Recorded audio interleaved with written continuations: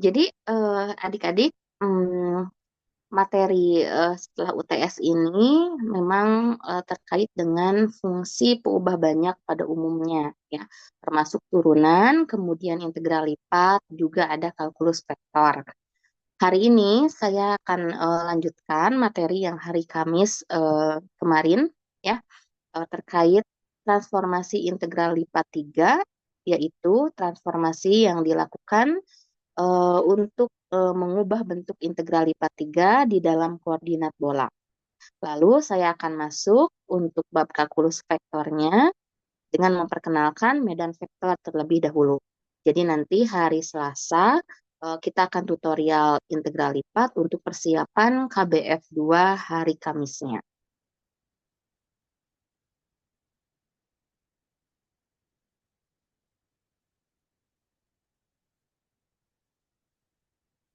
Baik, jadi untuk transformasi koordinat bola, sini saya coba gambarkan ulang ya, supaya adik-adik bisa terbayang perubahannya. Kalau untuk koordinat tabung kan relatif lebih mudah karena adik-adik sudah mengenali koordinat polar. Jadi koordinat tabung itu adalah koordinat polar versi R3. Ya. X-nya R cos theta, Y-nya R sin theta. Nah, Z-nya nanti batas permukaan bawah ke batas permukaan atas, adik-adik ubah ke dalam koordinat polar. Tapi untuk transformasi koordinat bola agak berbeda ya, karena mungkin apa namanya ada sedikit perubahan definisi dari koordinat polar, tidak seperti koordinat tabung itu koordinat polar ya, polar di R2, tabung itu di R3. Nah, untuk koordinat bola perubahannya itu X, Y, Z ya, titik eh, P saya misalkan titik X, Y, Z itu berubah menjadi rho, pi, theta. Ya.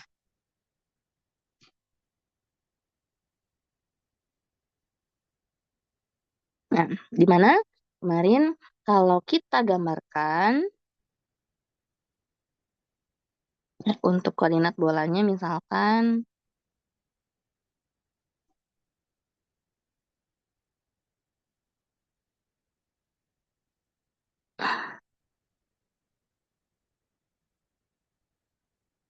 ya. Nah, di sini saya punya ya koordinat R3 untuk bola.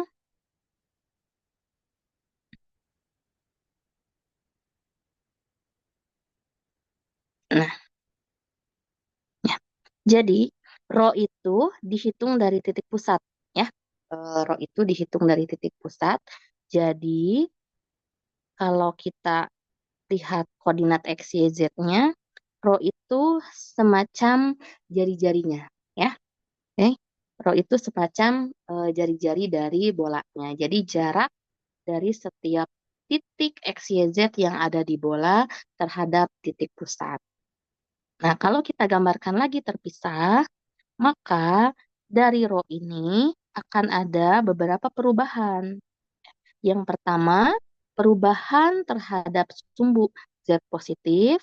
Yang kedua, perubahan terhadap sumbu X positif ya, di mana nanti ada proyeksi terhadap bidang X, Y-nya. Jadi kalau saya punya rho di sini, ya, ini titik X, Y, Z-nya, yang kita bayangkan titik X, Y, Z-nya ada di dalam bola. Nah, kemudian kita definisikan rho, ya, jarak terhadap titik pusat, ya. Nah, sehingga jika kita lihat rho ini, maka kita bisa mengukur jaraknya terhadap sumbu Z positif di sini, dan kita katakan jarak terhadap sumbu Z positif itu adalah pi. Ya.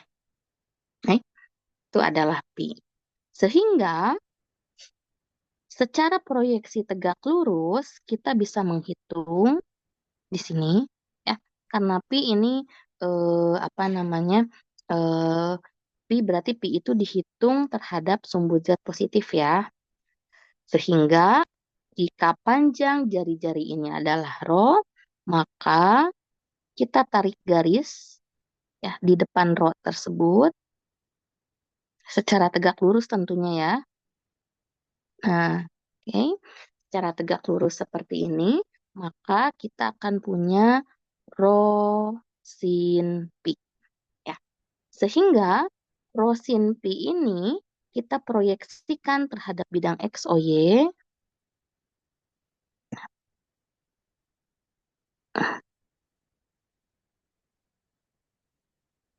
Nah, kita proyeksikan terhadap bidang XOY ya. Oke, baik. Nah, jadi di bidang XOY ini kita juga punya rho sin pi. Nah, sehingga di bidang XOY ini jarak rho sin pi bisa kita misalkan sebagai theta. Nah, jadi untuk jarak terhadap sumbu X positif itu kita punya theta. Di mana kalau jarak terhadap sumbu X positif itu theta dan kita punya di sini ya rho sin pi seperti jari-jari yang ada pada bidang XOY. Dengan demikian, kalau kita tarik untuk mencari koordinat X, ya, maka koordinat X ini adalah posisi samping dari theta atau koordinat X ini adalah rho sin pi cos theta. Ya, karena kalau misalkan kita hitung, ini kan tetanya jarak terhadap sumbu X positif ya.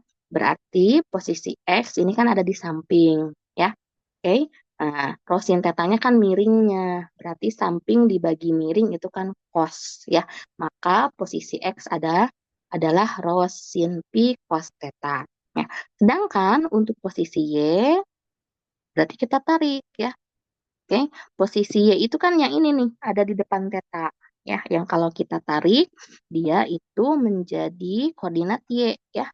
Nah, oke, menjadi koordinat Y. Maka koordinat Y itu adalah rho sin pi sin theta. Sehingga pada transformasi koordinat bola,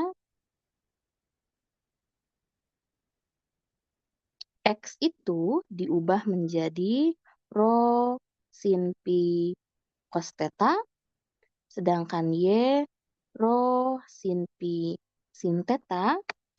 Nah, ya, Z-nya Z-nya di sini tetap Z ya, yang nanti kan Z-nya itu adalah permukaan dalam fungsi fx, y.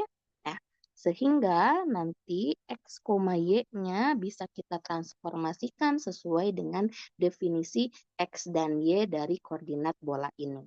Ya, seperti itu. Oke. Jadi, sekali lagi, di dalam transformasi koordinat bola, itu X, Y, Z berubah jadi rho, pi, dan theta. Ya. Rho itu seperti jari-jari ditarik dari titik pusat, pi adalah jarak terhadap sumbu Z positif, dan theta adalah jarak terhadap sumbu X positif. Sehingga kalau kita perhatikan di sini, untuk membentuk satu bola ini, ya, mula-mula rho-nya itu harus diputar sebesar 180 derajat ya. Ya. Kalau rho-nya diputar sebesar 190 derajat, sama halnya seperti volume benda putar ya. Nah, kita kan jadi punya lempengan berbentuk setengah lingkaran. Nanti lempengan berbentuk setengah lingkaran ini diputar sebesar 2pi.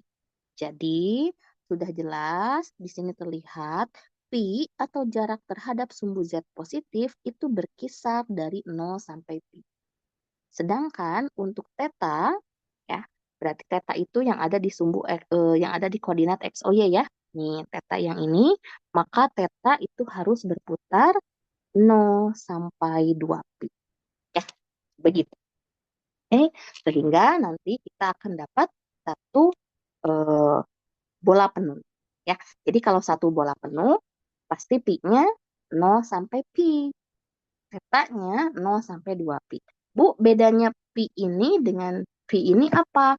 Kalau ini pi, ya, PI ditulisnya. Kalau ini PHI, jadi ini pi.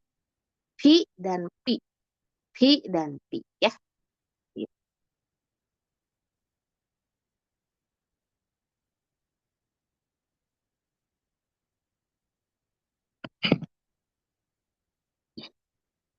Oke, ya. Nah, baik.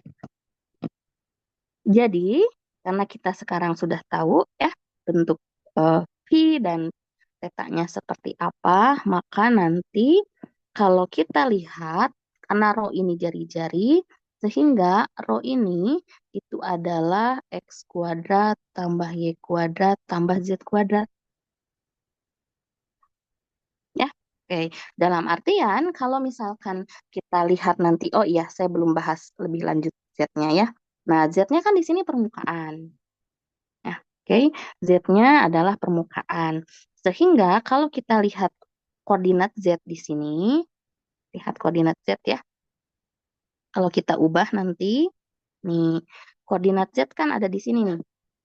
Nih, maka koordinat z ini posisinya ada di samping pi, ya.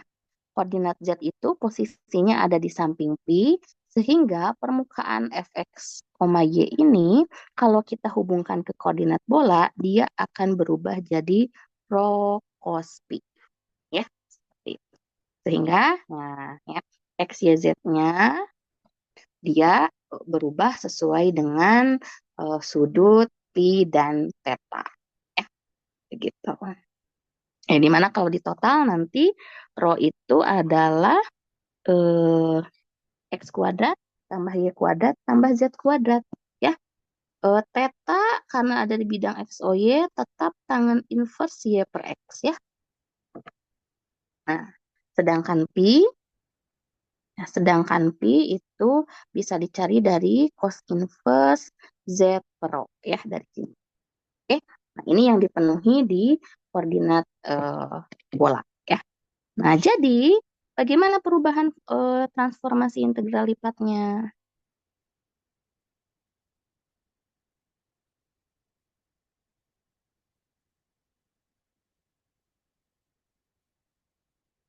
Nah, jadi transformasi integral lipatnya itu hmm, yang asalnya kita punya integral B fx y z ya, dv.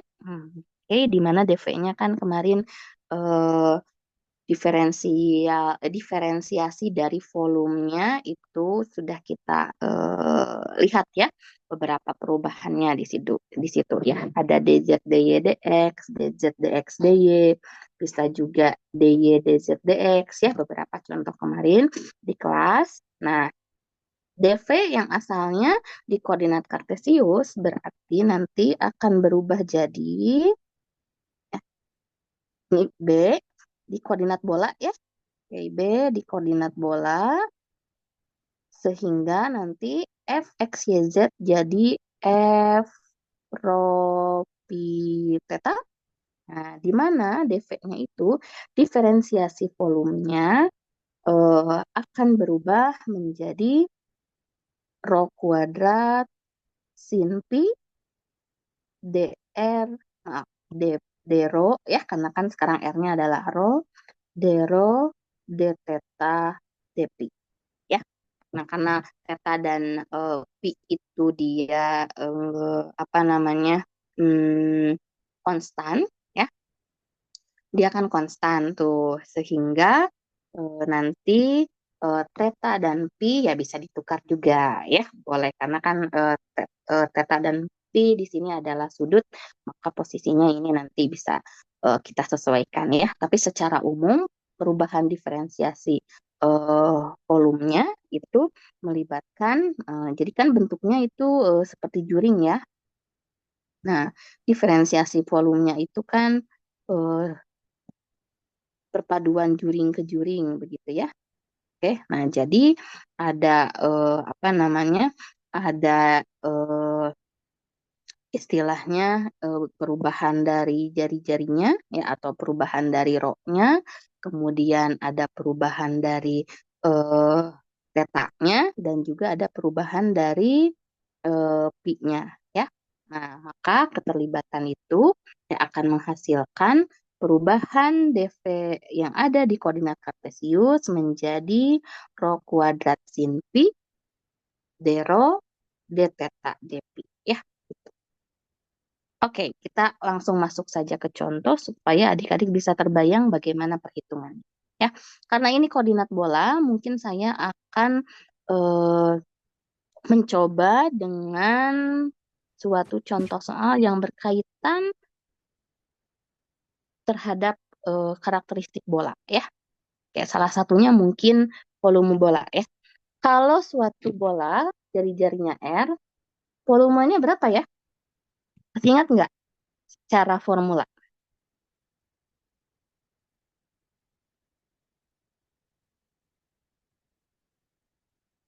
Ada yang ingat? Formula volume bola 4/3 PR pangkat 3.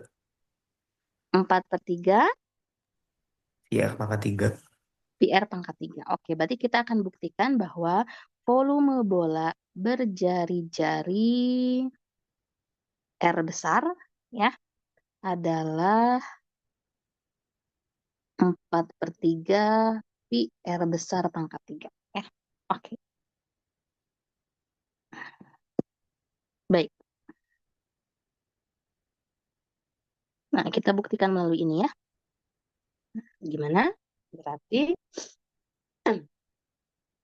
sekarang kita lihatnya ya, karena di sini kita punya bola ya, jadi bolanya berjari-jari R besar. Kalau kita gambarkan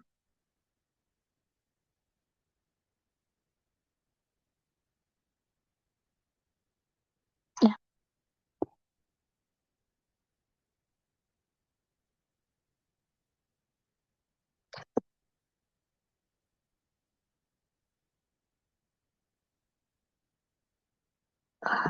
Nah, ini kalau dilihat dari koordinatnya, bolanya berjari-jari R besar ya.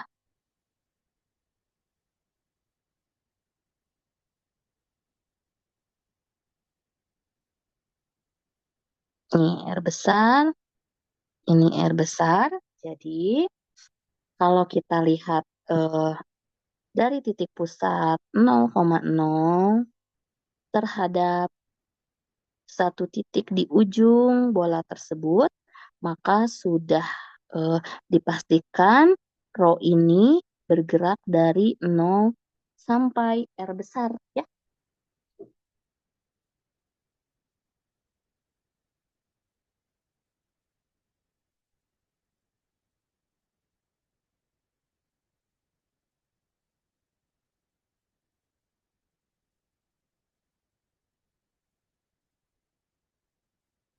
Oke, ya. Jadi sudah terlihat nih kita tarik dari titik pusat.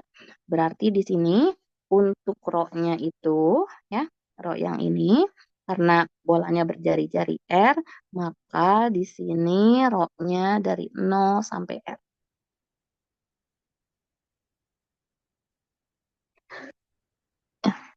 Oke, ya. Rho-nya dari 0 sampai R. Nah, sehingga karena ini satu bola penuh, oke, berarti R yang ini ya, atau rho tersebut ya, akan diputar oleh pi itu 0 sampai pi ya. Jadi dia akan berputar pi-nya ini ya. Pi-nya ini akan berputar dari sumbu Z positif ke sumbu Z negatif ya. Oke. Nah, sehingga nanti kita akan dapat satu lempeng setengah lingkaran yang nanti diputar oleh theta, di mana tetanya 0 sampai 2 pi ya. Dipanggil aja. Oh, dia nanti nggak korek, mereka tahu. Oh, ini. Oke. Nah, sehingga di sini tadi saya ulangi ya. Ini satu bola penuh, jadi pi-nya diputar 0 sampai pi ya, dari sumbu Z positif ke sumbu Z negatif. Nanti kita dapat satu lempeng lingkaran. Nah, kemudian diputar oleh theta 0 sampai 2 pi. Jadi tetanya 0 sampai 2 pi. Sehingga bola tersebut bisa kita nyatakan dalam koordinat bola itu sebagai rho-nya 0 sampai R besar. Nah, kemudian pi-nya 0 sampai pi dan tetanya 0 sampai 2. Oke. Nah, coba sebutkan kemarin. Pakai integral lipat 3 itu volume dihitungnya sebagai apa?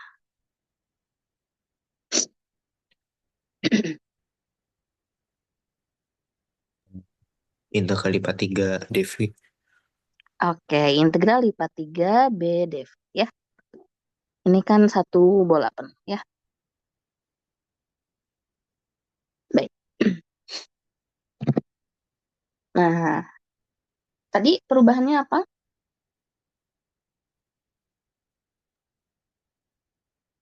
Oke, di perubahannya apa? dv itu rho kuadrat O sin. kuadrat din pi d rho d Mm, theta dv. Oke, berarti ini diubah jadi rho kuadrat sin pi, betul. Kok kuadratnya gak keluar? Nah, rho kuadrat sin pi d rho d theta d pi. Ya, oke. Nah, dv-nya diubah ya. Nih, dv-nya kita ubah. Jadi ini.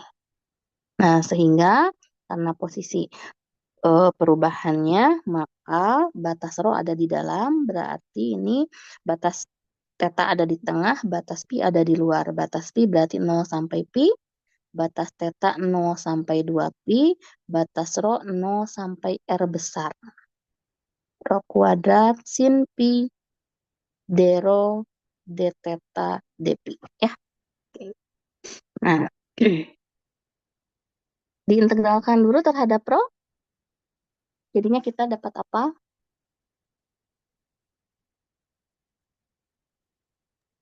Sepertiga rho kuadrat ya, karena kan sin pi-nya kita anggap konstan.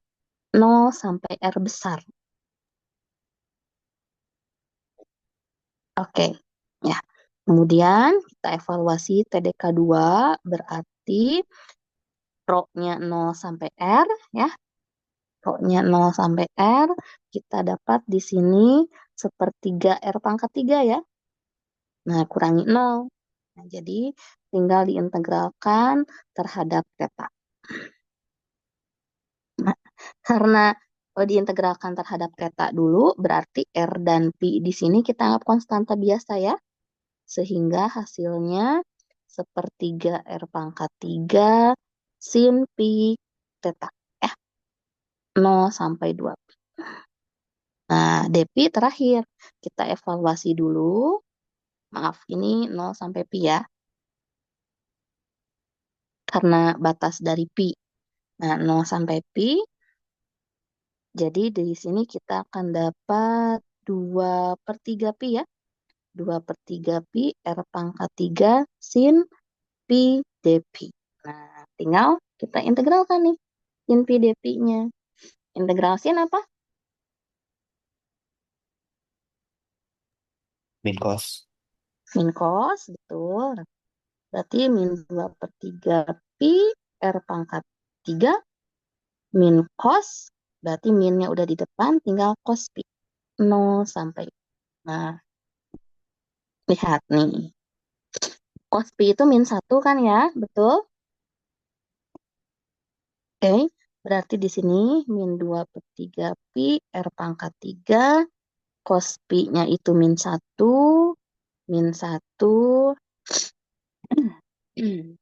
kemudian eh, min 1 dikurangi 1 kan ya, cos 0 1 kan. Nih, ini cos pi, dikurangi cos 0, cos 0 1. min 1, min 1, min 2 kali min 2 per 3 pi R pangkat 3 itu jadi 4 per 3 pi R pangkat 3. Nah, jadi sudah terbukti ya dengan koordinat bolanya di sini ya. Satu bola penuh berjari-jari R akan mempunyai volume 4 per 3 pi R pangkat 3 ya. Nah, ini sudah ketentuan baku ya. Sudah ketentuan baku kalau satu bola penuh ya pusatnya di 0,0 ya. Rho-nya itu 0 sampai R. Pi-nya 0 sampai pi atau 180 derajat ya. Tetanya 360 derajat atau 0 sampai 2 pi. Ini udah ketentuan baku untuk satu bola penuh ya. Karena dengan pi ini rho-nya diputar jadi setengah lingkaran. Kemudian setengah lingkarannya supaya jadi bola diputar 360 derajat. Seperti itu ya. Kalau di soal tutorial, kita perhatikan soal tutorial. Adik-adik udah buka belum?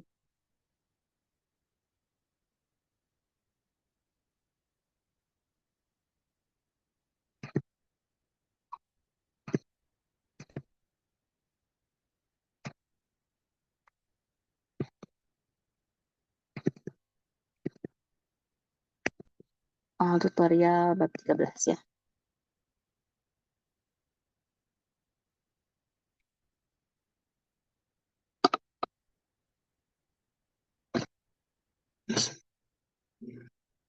Oke.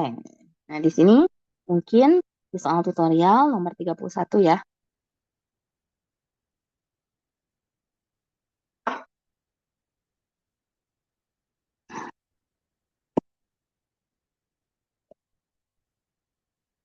Soal tutorial nomor 31 di situ diberikan soal integral min 3 sampai 3 min akar 9 min X kuadrat sampai akar 9 min X kuadrat, kemudian 0 sampai akar 9 min X kuadrat min Z kuadrat.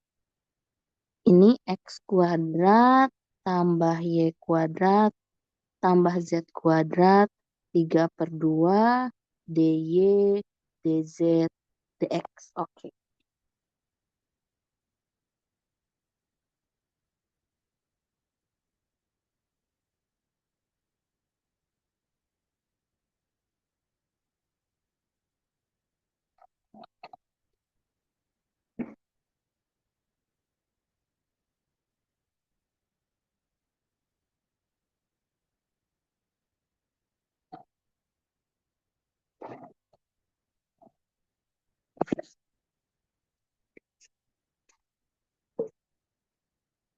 Nah, kalau adik-adik perhatikan, ini kan integral dalam bentuk kartesius ya.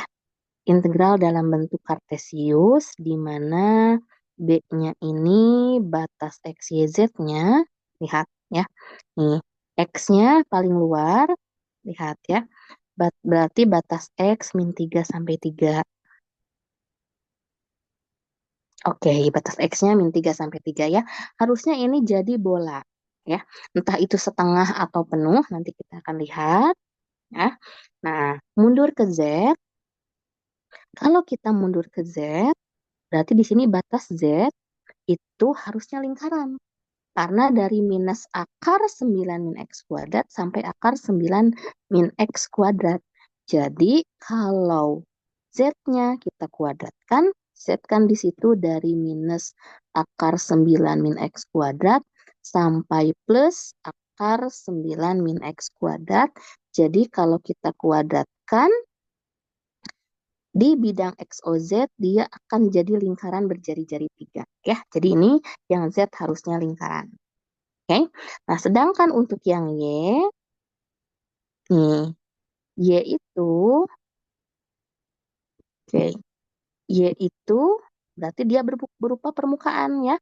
Nih, kalau Z kan berupa bidang di situ ya karena nih X selang ya, yang paling luar itu pasti selang konstan, mundur ini pasti kurva di suatu bidang koordinat. Berarti ini kurvanya lingkaran ya. di bidang koordinat X, O, Z. Nah, lalu Y-nya ini pasti permukaan. Nah, kalau dari sini ketahuan ya, Y-nya dari 0 sampai akar 9 min X kuadrat min Z kuadrat. Jadi kalau dikuadratkan, dia akan berbentuk bola ya. X kuadrat plus Y kuadrat plus Z kuadrat sama dengan 9. Tapi bolanya hanya setengah. Karena dari 0 sampai akar 9 min X kuadrat min Z kuadrat saja. Ya. Jadi ini jadinya setengah bola. Ya. Oke. Nah, setengah bola. Tapi setengah bolanya, setengah bola yang bagaimana? Bagian atas kah? Atau dia bagian kanan kah? Ya. Nanti kita sesuaikan dengan batas ini. Ya. Kalau dilihat dari Y, di sini kan Y ya. Y 0 sampai akar 9 min X kuadrat min Z kuadrat. Jadi ini bolanya setengah bagian kanan. Nah, lihat saja di koordinat. Kan Y itu yang bergerak kiri kanan ya. X itu kan depan belakang.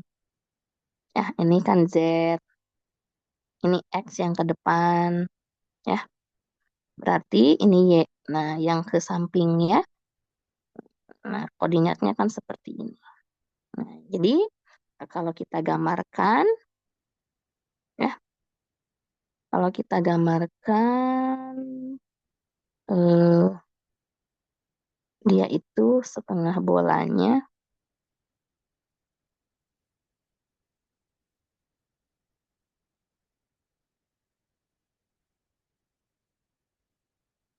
Nah, setengah bola seperti ini. Ya, karena dari Z sama dengan, maaf, Y sama dengan 0, Y sama dengan 0 kan berarti bidang XOZ ya. Ini bidang XOZ. Y sama dengan 0, bidang XOZ ke permukaan, apa namanya, eh, ke permukaan yang ini berarti Y sama dengan akar 9 min X kuadrat min Z kuadrat ya. Oke, jadi dia setengah bolanya itu adalah setengah bola bagian kanan. Ya, gitu. Oke, nah jadi kita tuliskan B-nya ya. Y-nya 0 sampai akar 9 min X kuadrat min Z kuadrat. Dan Z-nya berupa lingkaran.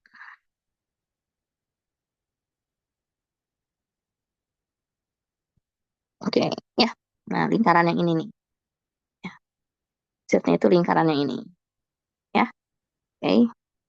Ini lingkarannya eh, berjari-jari 3. Ya, nah begitu. Baik. Jadi, transformasi ini, apa yang bisa kita lakukan dengan transformasi tersebut? Ya, karena kita sudah tahu bentuk daerahnya, sehingga kalau kita lihat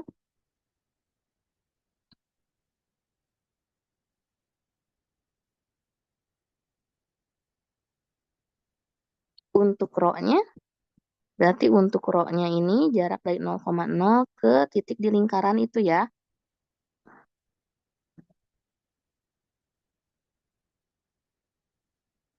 Hmm, ya. Ini rho-nya, berarti rho-nya 0 sampai 3 ya.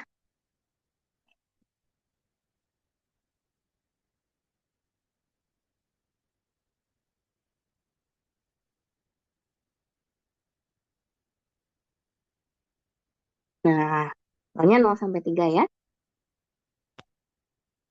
Nah, pi-nya, nah pi-nya bagaimana nih? Nih, pi-nya jarak terhadap sumbu. Aduh, nah ini pi-nya. Berarti pi-nya tetap 0 sampai pi ya. 0 sampai pi, tetapi kan tetanya karena dia hanya sampai setengah bola, berarti tetanya hanya 0 sampai pi di situ ya. Kalau pi-nya, rho-nya tadi 0 sampai 3 ya, karena bolanya berjari-jari 3. Nih ya, bolanya berjari-jari 3, sedangkan untuk pi-nya 0 sampai pi tetap ya, 0 sampai pi, nanti theta yang mengatur dia jadi setengah bola. Ya. Sehingga untuk tetanya itu 0 sampai pi juga. Ya, karena cuma setengahnya. Ya, cuma setengahnya. Kalau satu bola utuh, berarti 0 sampai 2 pi. Begitu. Ya.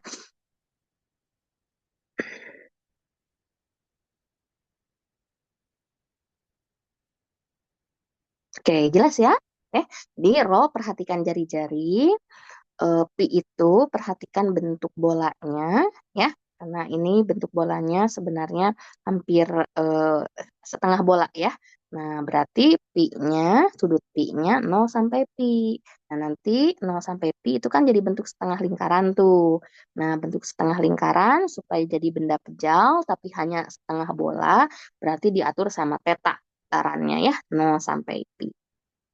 Nah, maka kalau kita selesaikan yang tadi ya integralnya, nah, min 3 sampai 3 9 min X kuadrat, kemudian 0 sampai akar 9 min X kuadrat min Z kuadrat, ini X kuadrat plus Y kuadrat plus Z kuadrat pangkat 3 per 2 ya.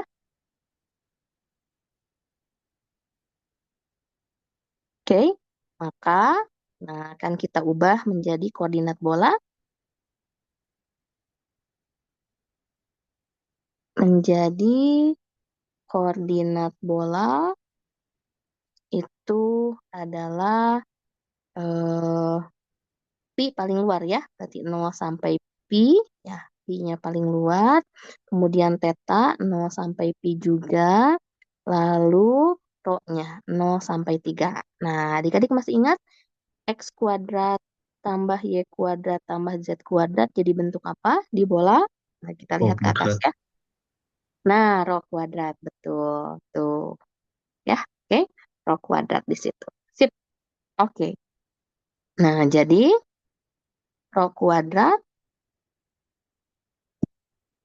beda, itu ya.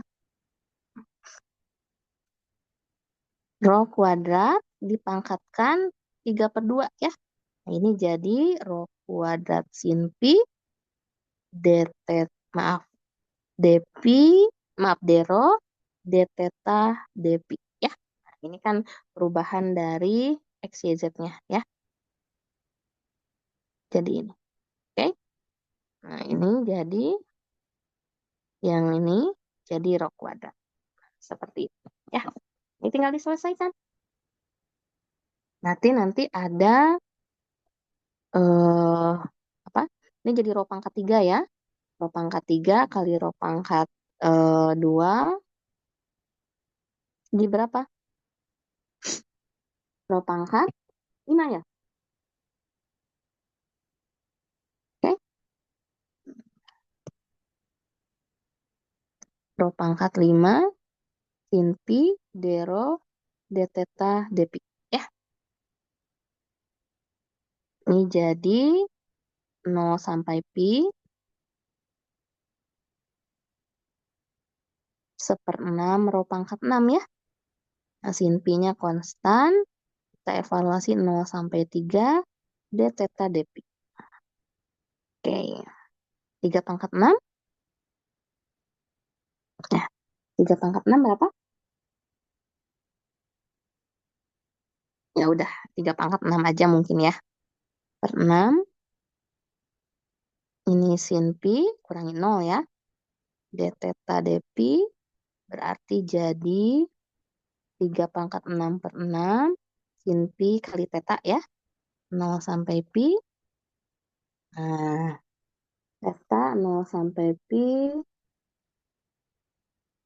berarti kita punya 0 sampai pi 3 pangkat 6 per 6 pi ya. Hmm, sin pi d pi. Nah, sin pi min cos ya. Jadi 3 pangkat 6 per 6. Oke, ini bukan 36, 3 pangkat 6 ya. Per 6 pi cos pi 0 sampai pi. Nanti ini cos pi dievaluasi di pi dan 0 jadi min 2 ya. Ini min 2. Oke. Min plus, jadi 3 pangkat 6 per 6 kali Pi kali 2. Nah, berarti ini 3 pangkat 6 per 3 Pi. Nah, di 3 pangkat 5 Pi jawabannya. Ya, seperti itu. Oke, untuk masalah teknis pengintegralan sebenarnya eh, cara kerjanya sama ya, seperti adik-adik mengintegralkan dz dy dx atau dz dx dy dan kombinasi lainnya ya. Maka kalau untuk rho, anggap dulu theta dan pi-nya konstanta biasa ya. Kemudian diintegralkan terhadap theta, rho-nya dianggap apa? Yang theta berarti rho-nya nanti udah dalam bentuk angka harusnya ya. Berarti pi-nya yang dianggap konstan, nah nanti terakhir integralkan terhadap pi-nya ya. Seperti itu. Oke, ini contoh dari koordinat bola.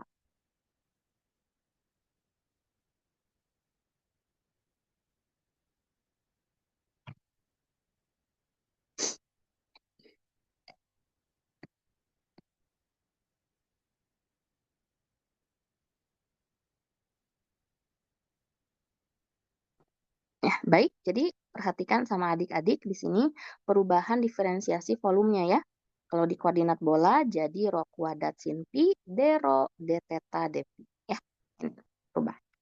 Kalau di dalam tabung, kalau yang tabung itu kan dv-nya jadi dz ya, tapi dx dy-nya berubah jadi r dr d theta sesuai dengan apa namanya polar ya. Makanya tabung itu memang polar tapi versi R3 ya.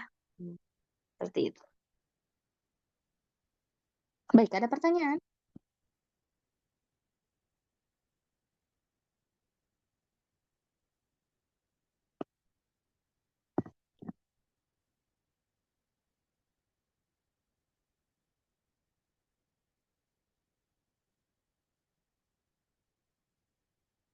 Oke, semoga cukup jelas ya untuk koordinat bola ini. Nanti hari Selasa boleh ditanyakan kalau ada pertanyaan ya, dan hari Selasa kita bahas soal tutorial ya, integral lipat untuk persiapan kuis atau KBF hari Kamisnya. Oke. Nah, ya, hari ini saya akan masuk juga untuk subbab 14.1 yaitu terkait medan vektor ya. Maaf ini tujuannya kenapa masih integral lipat ya. Saya lupa mengganti. Tapi nanti saya ganti ya. Oke. Nah, untuk 14.1 ini medan vektor adik-adik akan mungkin apa namanya secara istilah umum adik-adik sudah mengenali bentuk medan vektor itu seperti apa, terutama tentang representasi geometrisnya ya. Jadi kalau dibandingkan dengan medan skalar itu kan skala setara dengan fungsi biasa ya. Y sama dengan fx untuk satu peubah, Z sama dengan fx, Y untuk dua peubah, W sama dengan fx, YZ untuk tiga peubah ya. Jadi kalau medan skalar itu pemetaan yang nanti nilainya skalar atau bilangan real biasa ya. Kalau untuk fungsi satu peubah kan X-nya jadi Y ya, sehingga kita tahu di sini Y sama dengan fx. Kalau di fungsi dua peubah X, Y-nya jadi Z, sehingga kita tahu di sini Z sama dengan fx, Y. Dan untuk XYZ jadi W, berarti W-nya adalah fxyz. Nah, ini semua dikatakan medan skalar. Ya, karena meskipun di sini ada pemetaan dari vektor, tetapi hasil dari pemetaannya berupa bilangan biasa atau skalar. Maka dia dikatakan medan skalar. Berarti secara fungsi, medan vektor juga merupakan pemetaan. Ya, tetapi di sini sudah terlihat dari istilahnya medan vektor. Berarti dijamin hasil dari pemetaannya itu berupa vektor. Ya. Nah, salah satu bentuk medan vektor secara spesifik sudah adik-adik pelajari, yaitu di fungsi bernilai vektor, bab 11 ya, fungsi bernilai vektor. Salah satunya fungsi posisi. Nah, fungsi posisi ini kan eh, apa namanya? Terlihat di sini dia nilainya vektor ya, oke, tetapi berasal dari suatu parameter T. Jadi T-nya dipetakan jadi X, Y, Z. Nah, secara spesifik, adik-adik sudah tahu ya bagaimana fungsi bernilai vektor. Ya, skalar T dipetakan, jadi kita punya posisi X, Y, Z yang bergantung atas T, fungsi parametrik ya. Salah satunya persamaan garis. Nah, ya. Jadi kalau nanti medan vektor itu akan berpengaruh juga di domainnya. Ya, medan vektor pada umumnya adalah pemetaan dari vektor ke vektor. Jadi, kalau kita lihat, ada istilah fungsi vektor dan medan vektor. Pemetaan yang terjadi, lihat ya, pemetaan yang terjadi disimbolkan sebagai vektor F besar ya. Misal, pemetaan vektor F besar terjadi dari Rm ke Rn. Dalam kasus ini, ya, kita namakan F besarnya itu merupakan fungsi vektor. Kapan F besar dinamakan medan vektor? Jika dimensi dari domain dan dimensi dari daerah hasil bernilai sama. Jadi, saat M-nya sama dengan N, F besar tersebut dinamakan medan vektor. Ya, seperti itu. Oke, jadi paham ya? Berarti nanti medan vektor itu R2 ke R2 atau R3 ke R3. Nah, sekarang kita akan bahas dua bentuk medan vektor di bidang atau medan vektor R2 dan medan vektor di ruang atau medan vektor R3. Nah, tadi saya kenalkan juga ada medan skalarnya ya, di mana untuk medan skalar di R2 yang representasinya merupakan permukaan di R3, kita punya fungsi Z sama dengan Fx, Y. Ya. Nah, Z sama dengan Fx, Y itu medan skalar, yaitu medan skalar bidang. Medan vektor bidang yang dimensinya 2, atau di sini ada pemetaan dari R2 ke R2, berarti dia pemetaan dari X, Y menjadi suatu M, N. Nah, masing-masing M dan N-nya ini haruslah bergantung juga pada X, Y. Nah, seperti itu ya. Jadi, medan vektor bidang didefinisikan sebagai F besar X, Y. Jadi, F besarnya di sini cetak tebal ya, menandakan dia medan vektor. F besar cetak tebal X, Y adalah pemetaan dari X, Y menjadi M, N, di mana M dan N ini masing-masing fungsi dua peubah. Sehingga medan vektor bidang didefinisikan sebagai F besar sama dengan MI tambah NJ. Seperti itu. Ya. Oke. Di sini dari R2 ke R2. Ya.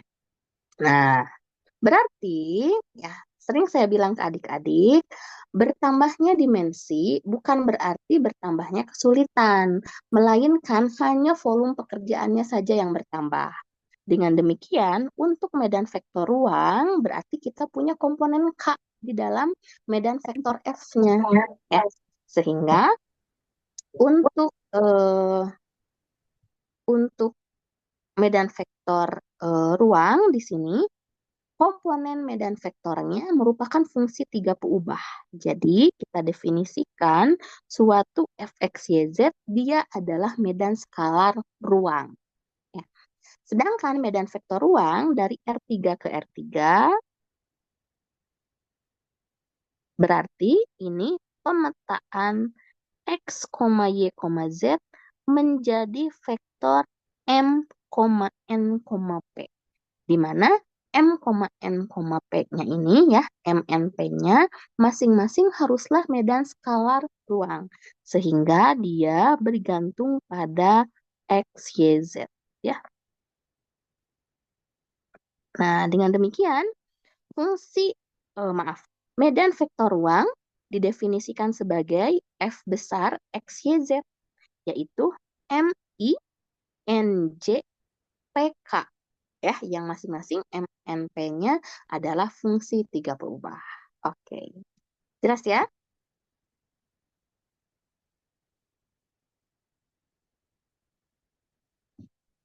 Baik.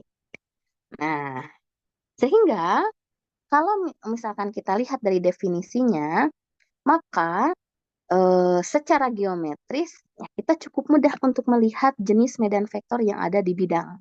Ya, kalau yang ada di ruang karena dia adalah R3 ini arahnya banyak ya, mungkin nanti untuk medan vektor di ruang saya contohkan saja suatu fenomena begitu ya. Nah, untuk medan vektor bidang kita bisa melihat bagaimana representasinya ya.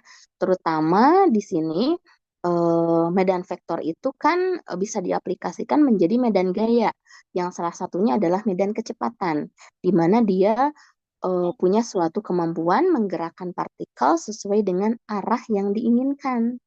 Ya, nah berarti di sini medan vektor ini akan mempunyai arah-arah tertentu sehingga nanti kalau kita letakkan partikel di situ, maka kita bisa memperkirakan bagaimana gerak partikelnya. Ya, nah oke.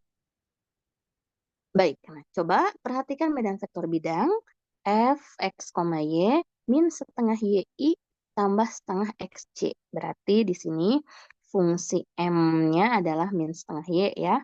Fungsi N-nya setengah X di sini ya. Kan bentuk bakunya MI plus NC di situ ya. Oke. Nah, kita akan melihat representasinya ya. Jadi adik-adik harus punya gambaran minimal arah geraknya ya, minimal arah gerak. Karena ini medan vektor bidang, berarti melihat arah geraknya itu cukup mudah ya. Kita lihat dari sampel titik ke sampel titik lainnya. Nah, sehingga pertama-tama kita ambil titik sampel ya. Nah, titik sampel ini ya kita bisa menerapkan strategi yang cukup mudah dihitung begitu ya. Oke, yang cukup mudah dihitung di sini. Karena ini bentuknya min setengah Y setengah X, jadi saya akan ambil beberapa titik sampelnya ini, titik sampel di bidang koordinat 2,0, kemudian 0,2, min 2,0, dan 0, min 2 ya.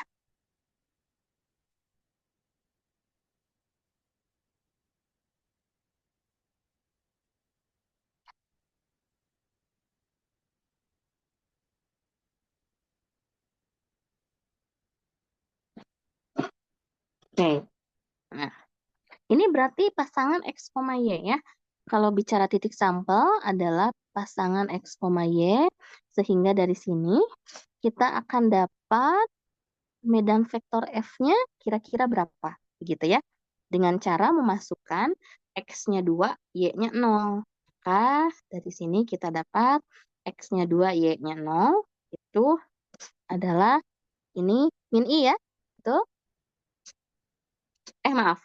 Eh, bukan min I. J ya. Karena kan eh, X-nya 2 ya. Berarti di sini 0, I tambah setengah kali 2J berarti J ya. Oke. Kalau 0,2 jadi apa F-nya? Min I. Min I, tuh. Min 2,0,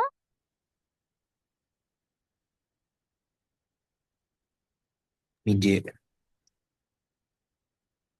min J, dan 0, min 2, I. I. Ya, oke. Nah, ini kan lebih mudah ya menebak arahnya. Berarti di titik 2,0 arahnya ke atas. Panjangnya 1. Di 0,2 arahnya ke kiri, panjangnya 1. Di min 2,0 arahnya ke bawah, panjangnya 1. Di 0,-2 arahnya ke kanan, panjangnya 1. Ya. Jadi kalau kita gambarkan,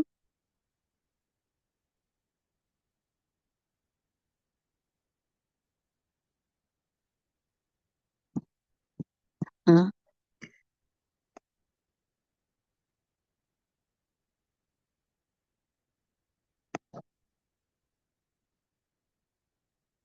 oke. Nah, di titik 2,0 dia ke atas ya.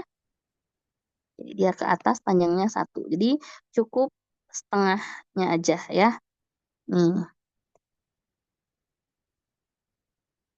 Nah, ya. Jadi ini kira-kira nanti ini di 1 gitu ya. Oke. Nah, di 2,0 dia ke kiri karena min I. Karena kan I itu kan ke kanan kan. I min 2,0 dia ke bawah karena min J. Oke. Dan di kepanjangan. Oke. Dan di 0,-2 dia ke kanan.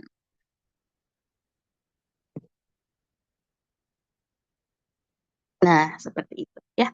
Jadi ini kepanjangan kayaknya. Oke, kira-kira aja ya sampai dengan panjangnya 1. Baik.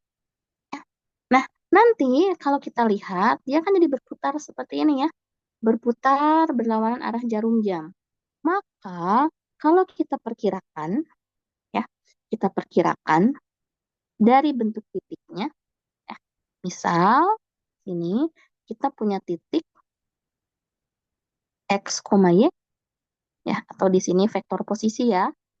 Titiknya direpresentasikan sebagai vektor posisi dan medan vektor F-nya di sini kita tahu min setengah Y, koma setengah X.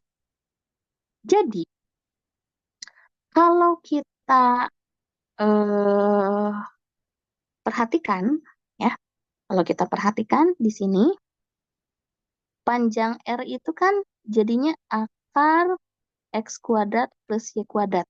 Itu ya. Oke. Atau di sini kalau panjang vektor posisinya kita misalkan R, nah berarti sebenarnya apa namanya? eh, Posisi dari R ini membentuk sebuah lingkaran. Ya, nih membentuk sebuah lingkaran.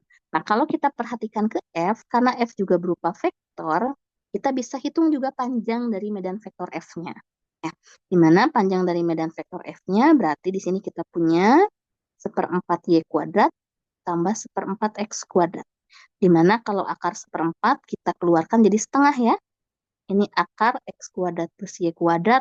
Tuh, adik-adik bisa lihat akar X kuadrat plus Y kuadrat kan dia panjang dari posisi R ya.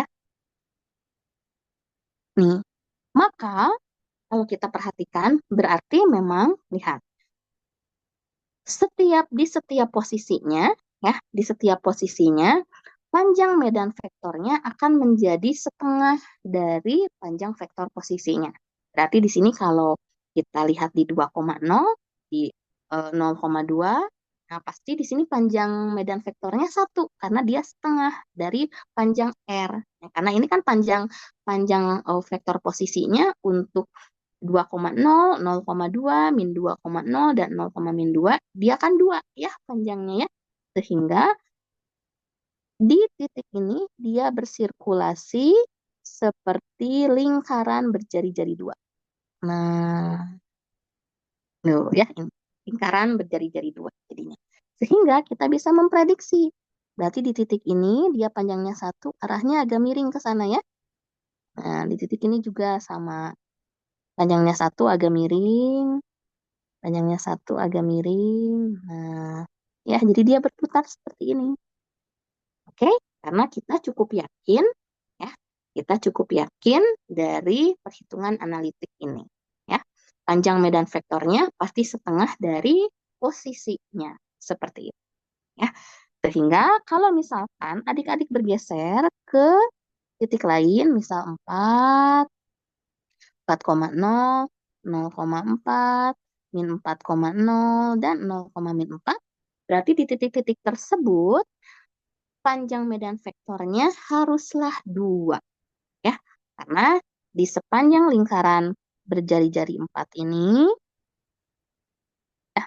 vektor posisinya itu kan panjangnya 4. Nah, medan vektornya setengah dari vektor posisi. Berarti medan vektornya di sini panjangnya 2 ya. Nanti kita bisa tarik. Nah, begitu ya. Panjangnya 2. Di sini dia juga ke kiri, di sini dia juga ke bawah ya. Oke. Nah, adik-adik bisa kalau nggak percaya bisa hitung ulang ya. Oke. Nah, sehingga lihat bentuk medan vektornya kira-kira akan seperti ini.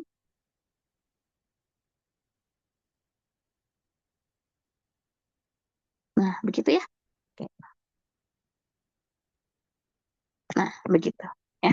Ya, nanti kalau di 6 6,0 ya ambil yang jari-jarinya di situ ya. Berarti nanti panjang medan vektornya 3 ya. Seperti itu. Oke. Nah, ini merupakan gerak medan vektor pusaran air ya. Gerak medan vektor pusaran air nih. Jadi karena dia muter ya. Tuh. Ya, biasanya medan vektor seperti ini digunakan untuk kincir ya atau turbin air ya. Jadi nanti kita juga akan menghubungkan ke bentuk integral garisnya ya, supaya adik-adik tahu nanti kenapa bentuk dari apa namanya turbin atau misalkan di situ pusara air ya. Turbinnya selalu dibuat misal heksagonal gitu ya. Nah, karena apa namanya kita harus menangkap bentuk pusaran air seperti ini ya. Oke, itu cara merepresentasikan suatu medan vektor.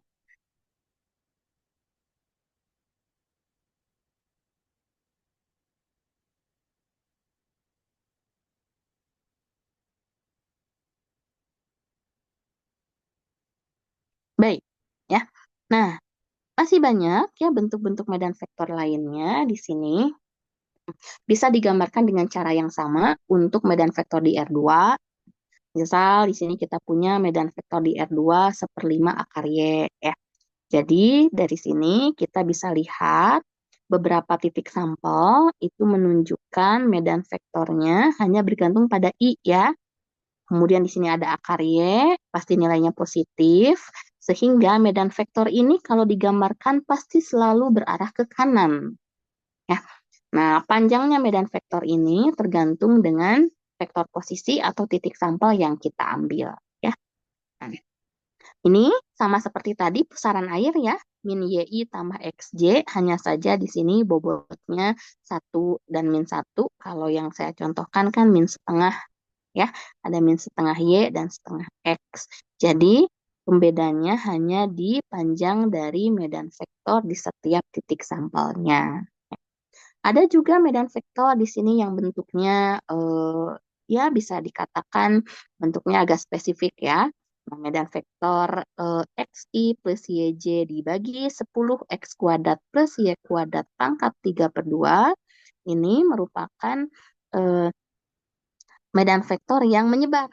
Ya, tuh lihat, dia tanda panahnya keluar dari titik pusat. Kalau titik pusat di sini digambarkan dia menyebar ke titik pusat, ya. Tuh, dia terus menyebar. Tetapi memang yang paling besar gayanya itu di sekitar 0,0 ya. Oke, semakin besar titiknya, memang dia pengaruhnya semakin kecil ya. Lihat, tanda panahnya kan semakin lemah, di situ semakin pendek.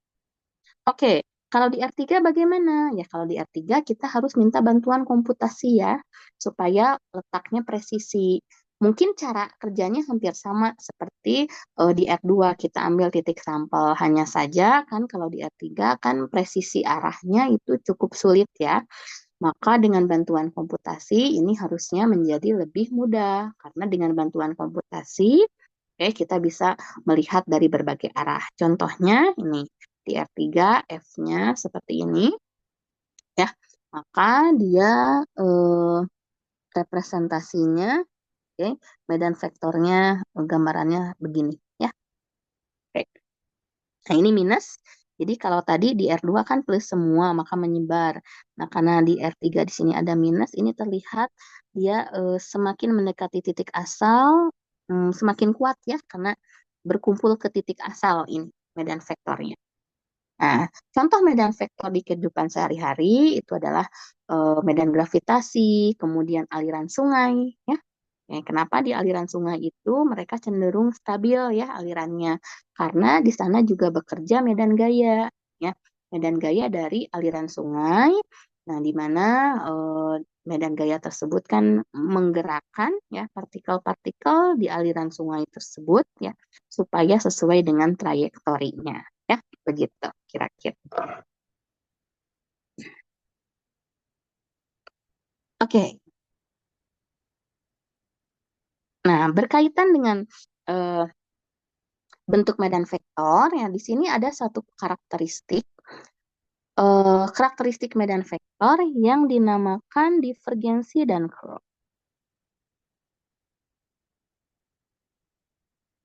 Oke. Apa itu divergensi? Divergensi ini biasanya berkaitan dengan ukuran partikel ya yang bergerak dengan medan gayanya berupa medan vektor F.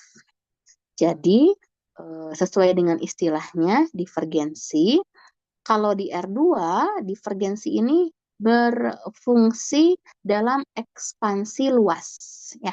Sehingga kalau misalkan kita mulanya punya partikel misal bentuknya seperti ini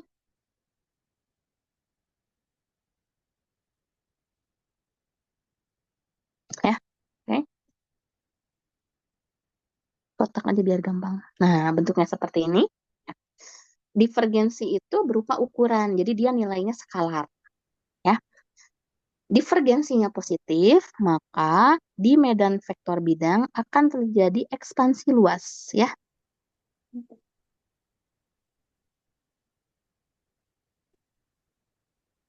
Oke, kalau ekspansi luas berarti lebih besar ya, nanti partikelnya membesar. Nah, ini kalau divergensinya lebih dari nol. Nih, ya. Divergensi F lebih dari nol, ekspansi luas ya. Oke. Nah, kalau di R3 berarti kira-kira padanan luas itu volume ya. Berarti ekspansi volume, divergensi medan vektor ruang lebih dari nol berarti terjadi pembesaran partikel ya.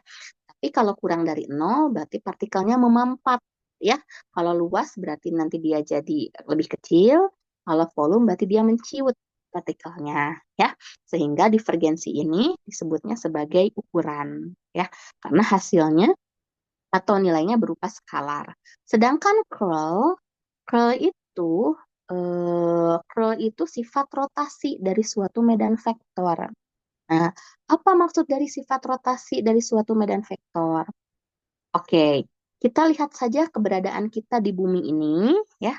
Kita kita itu salah satu bentuk partikel ya di tata surya. Oke, katakanlah kita memijak bumi dan planet bumi kita sendiri itu berputar terhadap rotasinya, ya.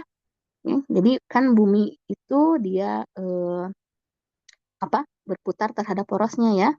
Oke, bumi itu bulat. Oke. Nah, ya, bumi bulat dia kan berputar terhadap porosnya. Nih, ya, berputar. Nah, dia juga punya arah mengelilingi matahari, ya. Dia punya arah mengelilingi matahari, berputar sambil mengelilingi matahari. Nah, itu adalah kemampuan sebagai rotasi atau nanti curl di mana ya perputarannya itu akan mengarahkan rotasinya tetap stabil ya. Dia bisa sambil berputar juga bisa sambil berkeliling ya. Berputar dia juga bisa sambil berkeliling mengelilingi matahari kan. Nah, lalu dia punya orbit sendiri. Nah, Masya Allah gitu ya. Oke, apa namanya? Itulah Tuhan juga pintar bermatematika gitu ya. Oke, lebih pintar malah ya, paling pintar. Oke, ya seperti itu kira-kira. Oke, jadi memang di bumi ini gitu ya, arah rotasinya itu ya nanti berhubungan sama curl. Oke, supaya dia tetap bisa berputar, tetapi juga dia berkeliling. Nah, ya, yang berkelilingnya itu tidak kemana-mana, ya, karena ada kemampuan rotasi atau diarahkan oleh curl-nya. Jadi nanti curl itu berupa vektor, ya. Oke, curl itu berupa vektor, sedangkan divergensi berupa skalar atau ukuran, ya, seperti itu. Nah, gimana cara hitungnya? Nah, karena nanti ada operasi vektor, maka di sini saya contohkannya langsung di R3 ya. Oke, saya contohkan langsung di R3 di sini, sehingga medan vektor F-nya saya ambil MI tambah NJ tambah PK. Ya, MI tambah NJ tambah PK di sini. Baik, oke. Nah, MNP itu kan fungsi tiga peubah ya. Jadi pasti dia punya turunan parsial. Div F atau divergensi F didefinisikan sebagai hasil jumlah dari turunan parsial M terhadap X tambah turunan parsial N terhadap Y tambah turunan parsial P terhadap Z. Ya, oke. Berarti ini terlihat bahwa divergensi nilainya skalar. Sedangkan curl F didefinisikannya seperti ini. Ya, ada turunan parsial P terhadap Y dikurangi turunan parsial N terhadap Z untuk komponen I. Untuk komponen J-nya M terhadap Z dikurangi P terhadap X. Untuk komponen K-nya N terhadap X dikurangi turunan M terhadap Y. Nah, dari mana kedua ini? Kalau kita perhatikan, ini skalar, ini vektor, maka akan ada jenis operasi vektor yang melibatkan dot dan cross product, ya. Yang hasilnya skalar kan dot product ya. Oke, dot product hasilnya skalar, cross product hasilnya kan vektor. Nah, maka supaya lebih mudah untuk diingat, saya akan membawa adik-adik ke dalam bentuk divergensi dan curl sebagai dot dan cross product. Ya, dot dan cross product dari apa? Dari suatu operator turunan parsial terhadap medan vektor itu sendiri. Jadi, definisikan nih, ya, ada suatu nabla. Nabla ini berarti operator turunan parsialnya saja. Sehingga nabla dituliskan sebagai dodo XI, dodo YC, tambah dodo ZK. Ya, jadi isinya nabla ini adalah vektor yang merupakan operator turunan parsial. Nah, seperti ini. Kalau didotkan dengan F, ya, nabla dot F, maka kita punya dodo X, dodo Y, dodo Z, dot MNP. Ya, tuh. Dodo X, dodo Y, dodo Z, dot MNP, maka ini akan dihasilkan dodo XM, dodo YN, dan dodo ZP. Nah, seperti itu ya. Maka formula ini adalah formula divergensi. Sehingga divergensi itu didefinisikan sebagai nabla dot F ya. Jadi jangan dihafal formulanya. Ya, takut salah nanti ya. Tapi kalau adik-adik menghafal divergensi itu sebagai dot product dari nabla dot F, nah maka di situ berlaku secara umum. Sedangkan untuk curl atau rotasi, ya, ini nama lainnya rotasi. Okay. Curl itu adalah nabla cross F. Jadi dia cross product, makanya saya ambilnya R3 bentuknya ya. Oke, karena kan cross product hanya terjadi di R3. Jadi saya langsung ambil medan vektornya medan vektor ruang. Nah, adik-adik masih ingat cross itu kan determinan. Ya, baris pertama diisi dengan IJK. Nah, baris keduanya berarti diisi dengan operator nabla ya, atau operator turunan parsial. Nah, baru baris ketiganya diisi dengan medan vektor F, M, N, P. Nah, kalau sudah seperti ini kan tinggal diterapkan apa namanya? Kofaktor ya untuk komponen I. Nah, ininya kan ditutup. Oke, sehingga untuk komponen I itu kita menghitung do P do Y min do N do Z. Ya. Oke. Untuk komponen J, tinggal ditutup yang J.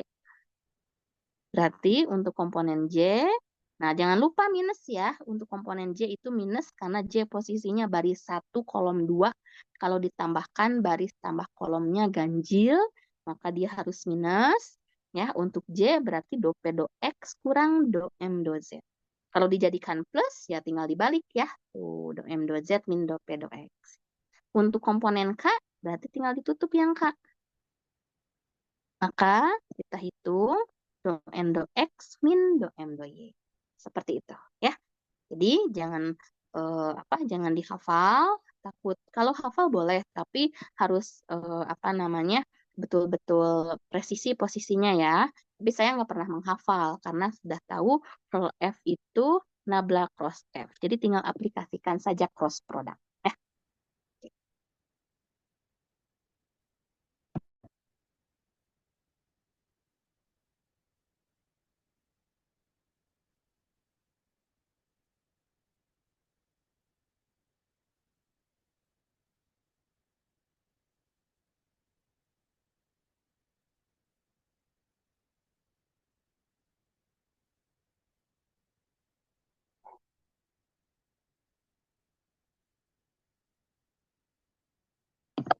Oke, kita lihat contoh. Ya, nanti kita lihat contoh. Baik, oh ini terlewat. Kalau medan vektor di bidang bagaimana? Kan dia medan vektor, harusnya punya divergensi dan curl juga ya. Divergensinya kan sebagai ekspansi Ekspansi luas ya. Sedangkan curlnya itu sebagai rotasi. Nah, jadi kalau misalkan dilihat medan vektor bidang tetap punya curl sama divergensi. Ya. Bagaimana caranya menghitung curlnya? Kan dia di R2. Sedangkan cross product itu harus terjadi di R3. Maka medan vektor bidang, ya, karena kan secara posisi, bidang R2 itu atau bidang XY merupakan bagian dari R3, di mana dia posisinya sebagai bidang koordinat. Nih, yang lantai ini ya, di mana yang lantai ini didefinisikannya sebagai Z sama dengan 0. Jadi, kalau kita ambil komponen ketiganya itu 0 atau komponen Z-nya 0, maka medan vektor bidang bisa kita definisikan sebagai medan vektor ruang. Tetapi Z-nya 0, sehingga Fxyz jadi Fxy0. Ya.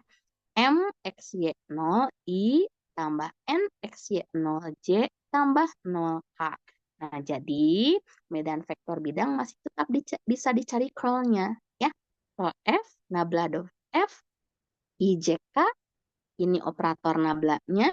Nah, ini medan vektornya, MN0. Ya. Sehingga untuk medan vektor bidang, curlnya itu hanya komponen Z-nya saja. Atau di sini bisa dituliskan sebagai 0, 0, do N do X min do M do Y. Hati-hati, curl itu vektor ya. Jadi bentuknya harus vektor. Oke, ini ada K-nya nih. Ya, biasanya sering terjadi kesalahan di kuis atau di tugas atau di ujian, bahkan ya suruh cari curl tapi hasilnya skalar gitu. Jangan ya, curl itu hasilnya vektor karena dia hasil cross ya. Nah, komponen I dan J-nya pasti 0 jelas ya. Kita lihat saja untuk komponen I di sini nih. Do N do Y 0 kan 0 ya. Do N do Z N, N-nya itu hanya bergantung X dan Y saja. M juga sama, bergantung atas X dan Y saja. Sehingga ketika diturunkan terhadap Z kan hasilnya 0. Maka komponen curl untuk medan vektor bidang hanya ada komponen K-nya saja. Nah, untuk divergensi bagaimana? Untuk divergensi, ya, untuk divergensi sama hasil kali titik nabla dot F, ya, dodo X, dodo Y, dodo Z, dot MNP. Nih, berarti ini tinggal MNP-nya, P-nya kan 0 ya. Kita bisa ganti P-nya 0, jadi hanya ada do M do X ditambah do N do Y saja. Ya, ini untuk divergensi dari medan vektor di bidang.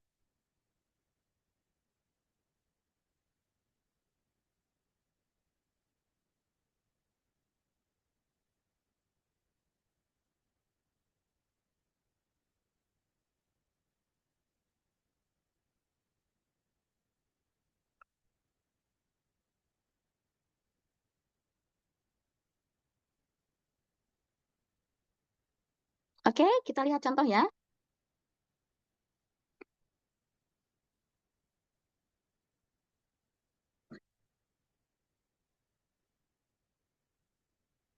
Hitung divergensi dan curl dari masing-masing medan vektor yang diberikan ya.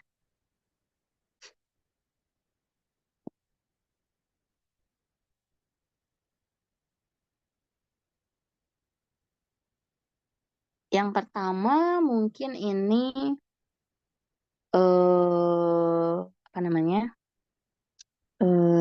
Medan vektor bidang ya. Tapi kita definisikan karena kita mau mencari curl, jadi medan vektor bidangnya harus berbentuk medan vektor ruang. Jadi fxy 0. xyi tambah x kuadrat 2yj ditambah 0k. Nah, ya. Nah, saya tidak pernah menghafal rumus. Kita terapkan definisi dari masing-masing karakteristiknya ya. Berarti divergensi F, ya. Ini untuk divergensi. Divergensi F itu adalah nabla dot F. Nabla operator turunan parsial, isinya dodo X, dodo Y, dodo Z, dot, medan vektornya kita tuliskan. Ya,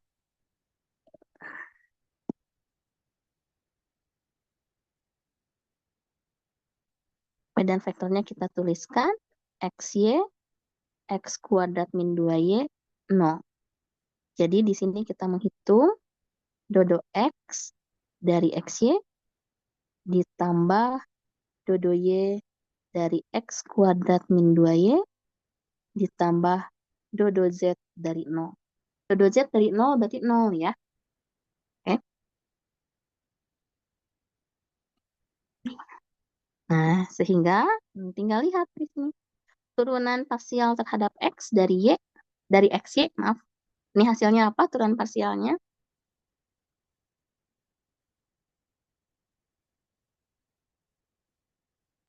Y. Y, betul. Kemudian ditambah turunan parsial terhadap Y, yang ini,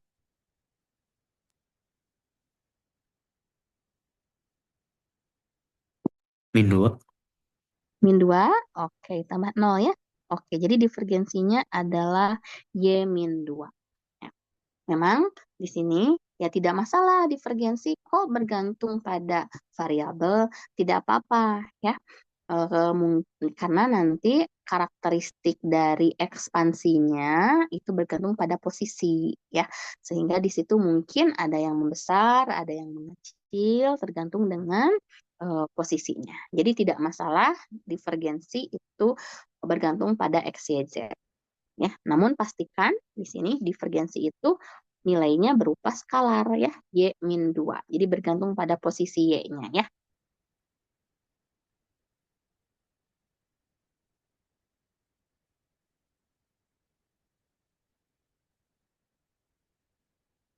Baik, kita cari curlnya sekarang.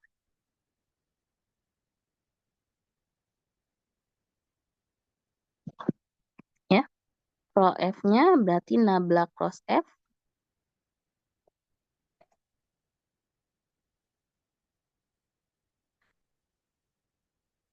dompet nomornya itu.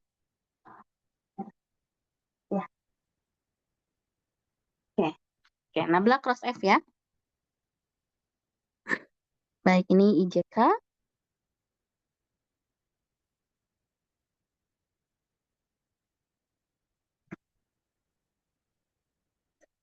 dodo X, dodo Y, dodo Z. Nah, berarti ini tinggal dimasukkan medan vektornya. Tuh, ya, seperti ini.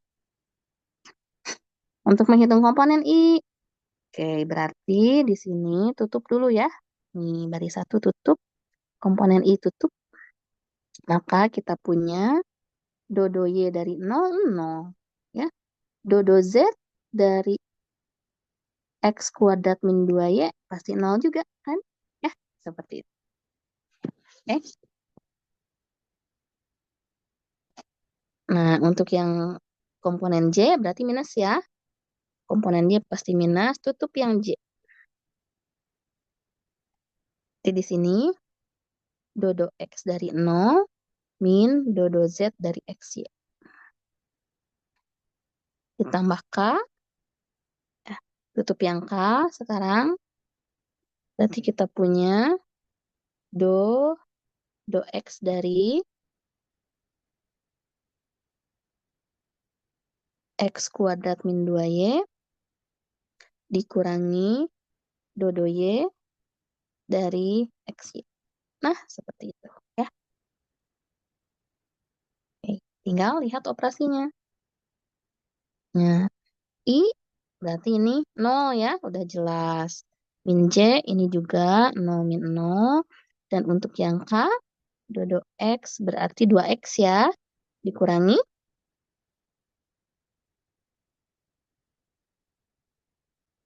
dikurangi X ya. Oke, nah maka rollnya di sini adalah 0, 0, 0I, 0J, tambah XK ya. Atau vektor 0, 0X. Seperti itu. Oke,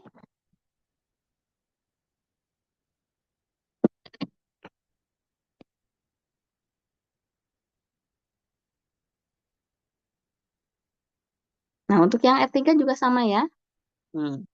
Oke, R3 juga sama di situ. Oke, ini saya lupa. Harusnya ada Z-nya ya.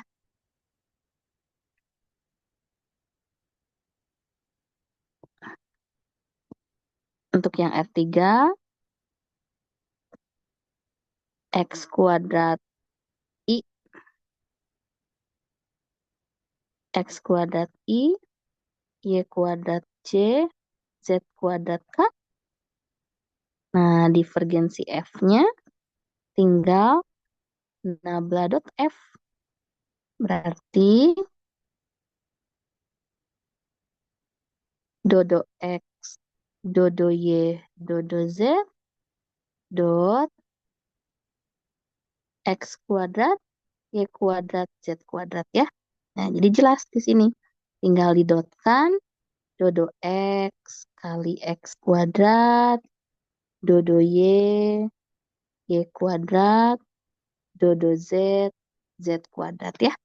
Maka divergensinya 2X tambah 2Y tambah 2Z. Curlnya sekarang. Untuk curlnya berarti nabla cross F ya. Tinggal diaplikasikan crossnya.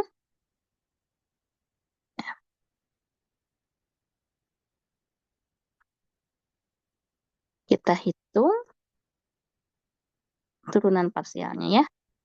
Untuk I, oke, untuk I berarti dodo Y dari Z kuadrat min dodo Z dari Y kuadrat. Oke, ini nanti 0 ya.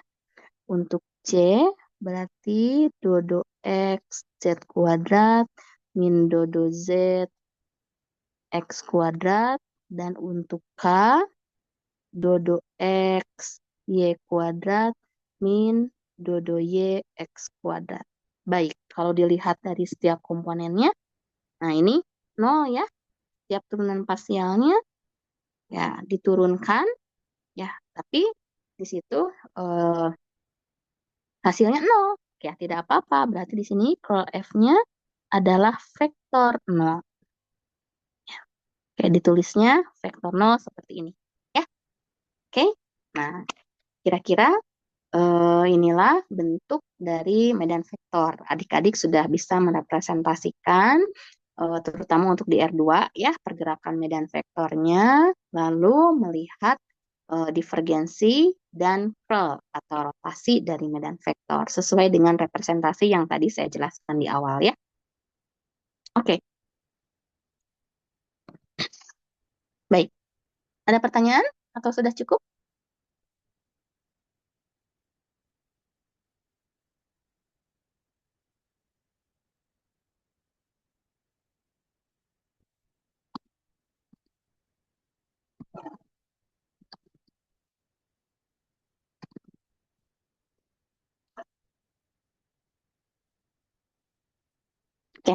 Udah cukup ya, karena waktunya juga sudah hampir habis.